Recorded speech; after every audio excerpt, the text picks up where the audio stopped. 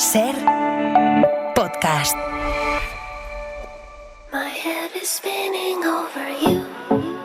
Hoy por Hoy Magazine.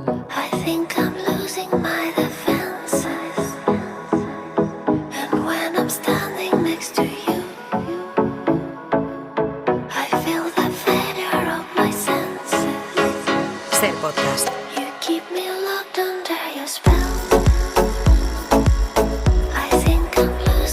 Después de acompañarnos en unos cuantos programas exteriores, hemos aparcado la maleta de Ainhoa Aguirregoitia y hoy en Al Dente nos vamos al mar, aunque la semana pasada también estuvimos muy cerquita. Ainhoa Aguirregoitia, buenos días. Buenos días, Ángels, ¿cómo estás? Bien, tú siempre estás cerquita del mar de todas formas, o casi siempre. Yo la vida me la he montado muy bien. Exacto, ese es tu hábitat, cerquita del mar. Exactamente. Oye, que me dicen que hoy nos quieres hablar del sabor a pescado sin recurrir al propio pescado. ¿Qué te parece? Pero me parece maravilloso. ¿En qué te has inspirado? En Neira. Ah, vale. Fernando Neira, en nuestro Fernando crítico Neira. musical. Vale. Exactamente. Tengo que decir que ha sido inspiración para la sección de hoy. Me he sentado a su lado muchas veces en comidas y cenas que me encanta platicar o hablar con él. Entonces he sido consciente de lo complejo y comprometido que es para él tener alergia al pescado y al marisco. Y más siendo gallego. Exactamente, ¿no? Y en la última comida yo me hice una cuestión y es ¿cómo puede este señor, este hombre, si le llamo señor igual ahora se está descojonando si lo está escuchando, tocar ambos productos sin probarlos? O sea, ¿cómo puedes saborear el mar sin comer ni pescado ni marisco? ¿No? Sí. Es como una pregunta, Sí. un reto que yo me hago. Es como si tú me dices, ay, no, a mí no me gusta el bacon.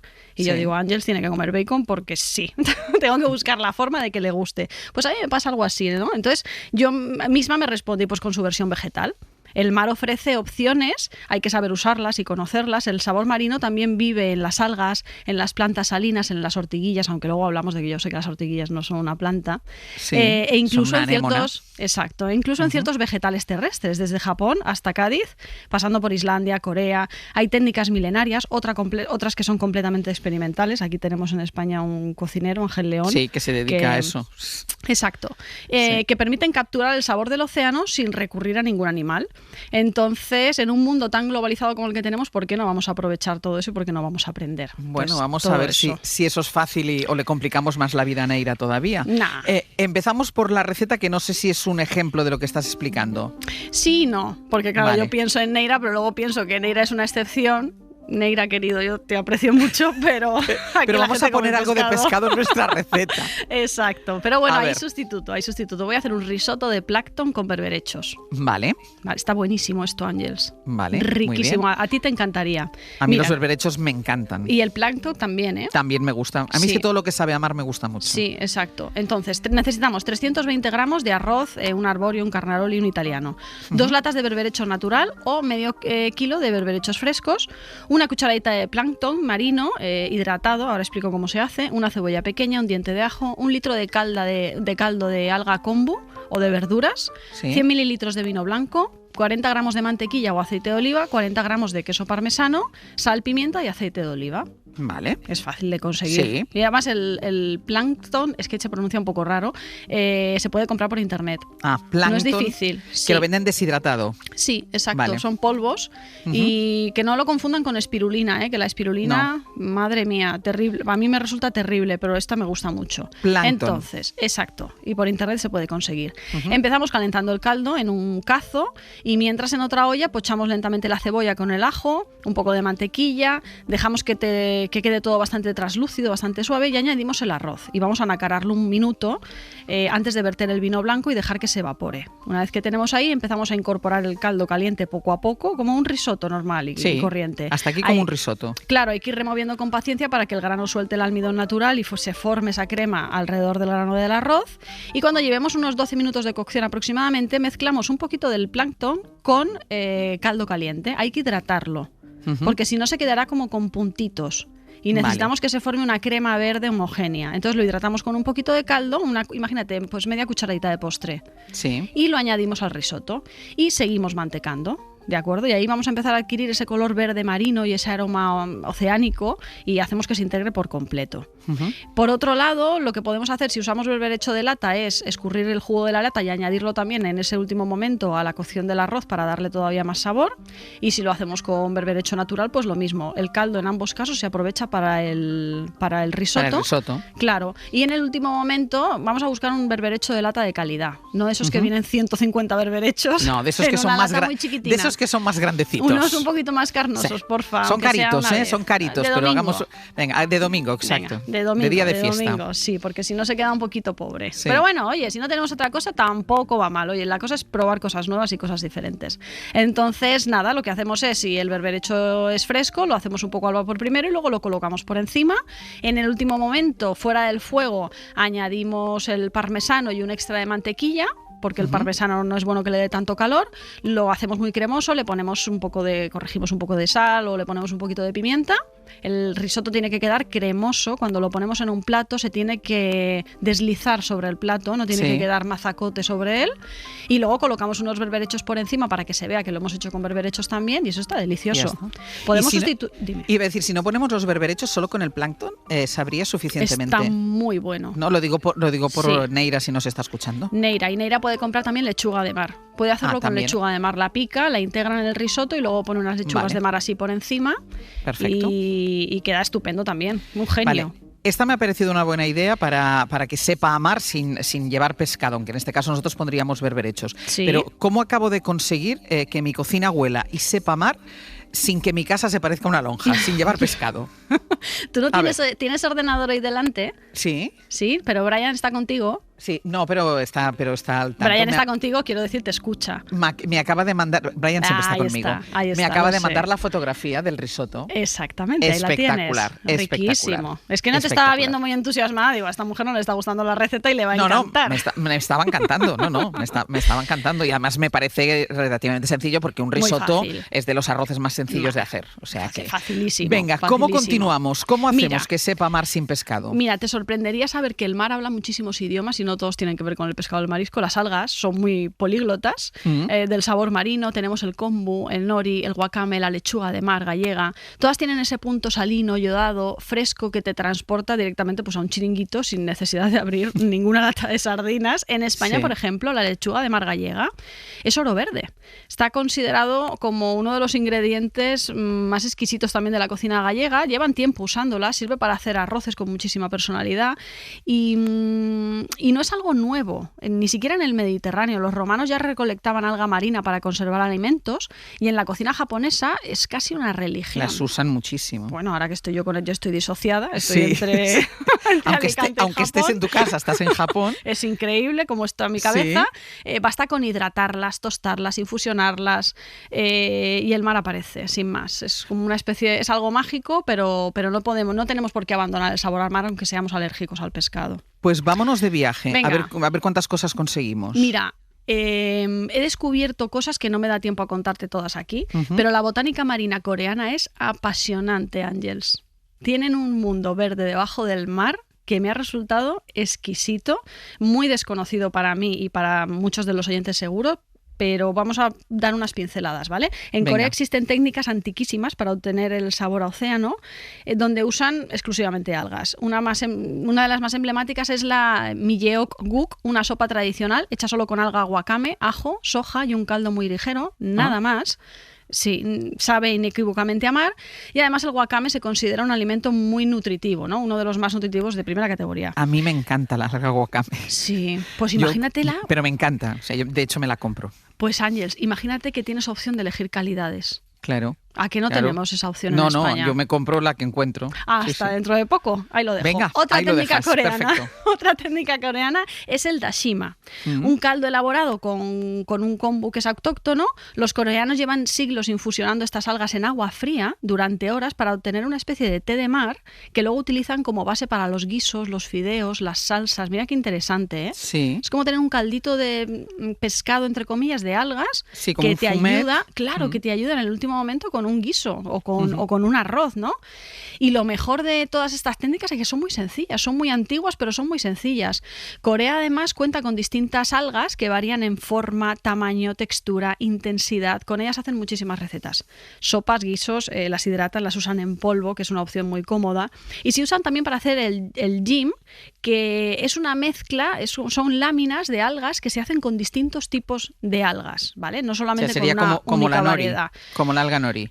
Sí, algo parecido. En aspecto es algo parecido. Mira, yo una vez hice unas albóndigas de butifarra con curry amarillo y algas deshidratadas.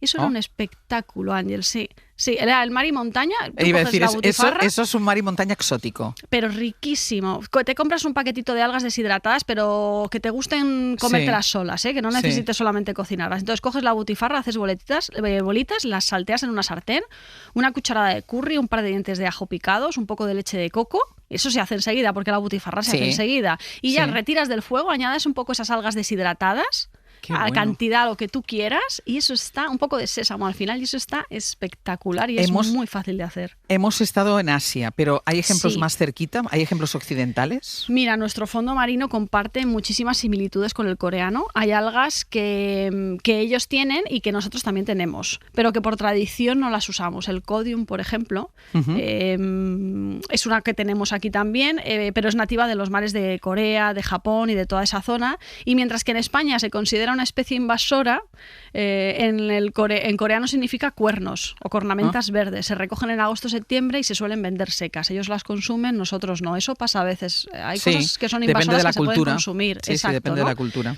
Pero si escarbamos en el Mediterráneo podemos hablar, yo quería hablar de las ortiguillas sí o sí. O sea, las he metido con calzador. A mí también. Las he metido con calzador. ¿No le gusta a todo el mundo, las ortiguillas? Pero porque no las han comido. Bueno, algunos por la textura. Pero si es una croqueta. No, si a mí me encanta. Claro, a mí no me tienes que convencer. No, pero bueno, para quien lo escuche, al final es una especie de bechamel pura de mar. Eso es una maravilla. Ni siquiera es como una ostra, que puedo entender que la textura es un poco más viscosa, pero bueno. Bueno, a ver, las ortiguillas son un animal marino. Específicamente un tipo de anémona, no son una planta. No sé si Neira es alérgico a ellas o no, pero yo tenía ganas de... ¿El próximo viaje lo probamos? Sí, había pensado, digo, no sé dónde iremos, pero hay que pedir ortigas, a pero ver qué le pasa. Tengamos un hospital cerca. Además creo que no se muere, ¿no? Es como que le da alergia, pero no cae redondo. Podemos intentarlo. Vale. Entonces son un bocado pues mítico, por ejemplo, en Menorca o en Cádiz, ¿no? Es un sabor muy intenso, muy intenso. Y aunque técnicamente no son un pescado, su perfil gustativo es tan potente que algunos chefs lo consideran como el umami marino español. Es un poco como la cabeza de una gamba. Se rebozan y se fríen, el resultado es una especie de explosión salina que recuerda pues a un fondo marinero. Es que tú te imaginas hacerte un arroz... Bueno, ¿has probado el arroz de ortiguillas? Sí. En Menorca lo hacen. Eso está buenísimo, claro, es que tiene da un sabor espectacular. En Italia también son históricas y allí las cocinan hervidas. Yo nunca las he comido hervidas, yo solamente tampoco. hervidas. Yo solo fritas. Eso tiene que ser curioso también. Sí. Entonces España une un poco los dos mundos, ¿no? La tradición y la vanguardia. En Galicia, la lechuga de mar, el guacame atlántico, el espagueti de mar y otras algas locales se han usado durante muchísimas generaciones para guisos muy humildes y muy sencillos. En Andalucía existe un gran conocimiento sobre esta corriente que hoy inspira a versiones, por ejemplo, de cocina vegana o vegetariana, que también es interesante, como infusionar salicornia, fermentar tomates con agua de mar o utilizar el plancton vegetal, que es un poco la invención de Ángel León, que es un ejemplo de desarrollo y de innovación dentro de la cocina del mar, más allá del pescado. Y bueno, la cocina moderna incluso experimenta con fermentaciones de algas que intensifican el sabor, crean caldos potentes donde no aparece el marisco, que son completamente vegetales. O sea, ya la vanguardia lo ha llevado a otro extremo. Es muy interesante, Si ponemos un ejemplo práctico, bueno, yo creo que con el risotto más o menos, pero yo puedo engañar a mis invitados, o sea, puedo ponerles un arroz que sabe a mar sin decirles cómo lo he hecho y conseguir que no se den cuenta. Puedes y no tienes que drogarlos. ¿Qué te parece? Es legal, me estás diciendo que es legal. Es legal. Vale, Mira, un truco infalible para preparar un caldo con base de alga kombu, que aporta profundidad, y luego es añadir un toque de alga nori tostada. Con eso y con un resto de verduras, imagínate, añades hinojo, apio, tomate, cebolla, zanahoria, lo típico de un caldo, pues lo vas a hacer con kombu y con nori tostado. Es interesante tostar las algas porque encontramos matices completamente distintos. Pero el nori las láminas. Las láminas de nori tostados. Bueno, es que tú cuando vas a un japonés bueno te has dado cuenta de que el alga nori cruje. Sí. Es la Sí. diferencia entre una alga nori Sí. chiclosa, que Chiclosa. ya lleva tiempo hecha, Sí. y claro, los japoneses tuestan un poquito la alga nori antes de ponértela. Entonces, claro, cuando cruje, que tú muerdes y cruje, eso se desmenuza en la boca, ahí es cuando te das cuenta de que la alga nori está bien trabajada también. Sí. Al margen de las calidades que entiendo que son más complejas, ¿no? Pero, Sí. pero el tostado tiene que estar seca. Entonces, si las asas primero, luego vas a aportar muchísimo sabor. Y si quieres el engaño total, añades un punto de miso blanco diluido en el caldo, que no es marino, pero va a potenciar muchísimo el sabor umami, y ya tienes un caldo estupendo. Usas ortiquillas como ingrediente, alguna verdura que te guste, un cucharazo de tu alioli especial, que ya te termina de desviar la atención, y has engañado al personal con un arroz estupendo. Oye, y me parece buenísimo. Es buena idea. Hay culturas que hacen esto por tradición y no por moda o por necesidad, como es el caso de alguien que sea alérgico al pescado. Claro, porque tú puedes entender que todo esto son tendencias, ¿no? Y que son modas, y no te lo discuto, eso es así, pero mira, en Islandia, donde el pescado es religión, también hay recetas muy antiguas en las que se usaba el alga dulce para aromatizar panes y mantequillas. Una mantequilla de alga, qué cosa más rica, ¿eh? Sobre un qué pan. Buena, Sí, qué sí, buena, sí, sí, sí. con un puntito de sal. Sí, total. Sí, total. Y en México algunos pueblos costeros empleaban el alga, la espirulina. Sí. La misma que hoy se conoce como un superalimento. Yo no la Sí. soporto. Da mucho sabor, tiene muchos nutrientes, todo lo que tú quieras, pero a mí me resulta repelente. Sí, de es muy hecho, invasiva, además. cuando voy a algún restaurante que sé que la pueden usar, siempre digo, no me gusta la espirulina. Y tú sabes que yo me lo como casi todo. Sí, casi todo. Ya me has visto. Sí. Lo curioso es que en todos estos lugares el objetivo no es evitar el pescado, sino aprovechar la riqueza vegetal del mar, que es lo interesante. Entonces, antes de que haya una moda vegana, también existía esto. ¿Y qué me dices de los postres? Mira. ¿Puede haber sabor a mar en un postre? Sí, pero tienes que ir con cuidado. Por ejemplo, con el chocolate se ha innovado mucho, se ha experimentado mucho. Hay Sí. pasteleros que utilizan el alga nori pulverizado y aportan ese toque salino o marino a un chocolate. También existen helados artesanos con sabor a mar, donde se infusiona el kombu en la leche antes de preparar esa base que luego va a ser un helado. Y bueno, puedes pensar, uy, qué cosa tan rara, pero voy a probarla. Voy a ver si- atreverme. a ver si me llevo alguna sorpresa, un poco como yo, Ángel. Es un poco Ya. rara, pero voy a ver si funciona. Claro, pero entiendo que ahí la clave debe ser el equilibrio, ¿no? Claro, Porque si la te sabe muy, muy a mar... Es que la genialidad está en eso. Entonces, si tú lo mezclas con cítricos, por ejemplo, o con yuzu, Sí. bueno, yuzu es un cítrico, cítricos o con yuzu son dos cítricos, evitas que aparezca solamente ese sabor a intenso a mar, ¿no? Entonces Sí. tú, el mar, como todo, Ángel, si tú le metes azúcar es una cosa, si le metes sal es otra. Es cuestión de jugar y ver si funciona. Yo recuerdo, por ejemplo, en Aponiente, cuando comí allí, una tarta tatín que me prepararon con alga kombu, caramelo de alga y manzana con un helado de croissant. Buf. Entonces estaba equilibradísimo. riquísima. Sí, yo me la comí con miedo, ¿eh? Dije, uy, esto se les ha ido la pinza, pero me gustó. Ay, no, hasta la semana que viene. Un beso, Ángel. Un beso. Programa dedicado a Neira, por cierto. Por supuesto. Para no perderte ningún episodio, síguenos en la aplicación o la web de la SER, Podium Podcast o tu plataforma de audio favorita.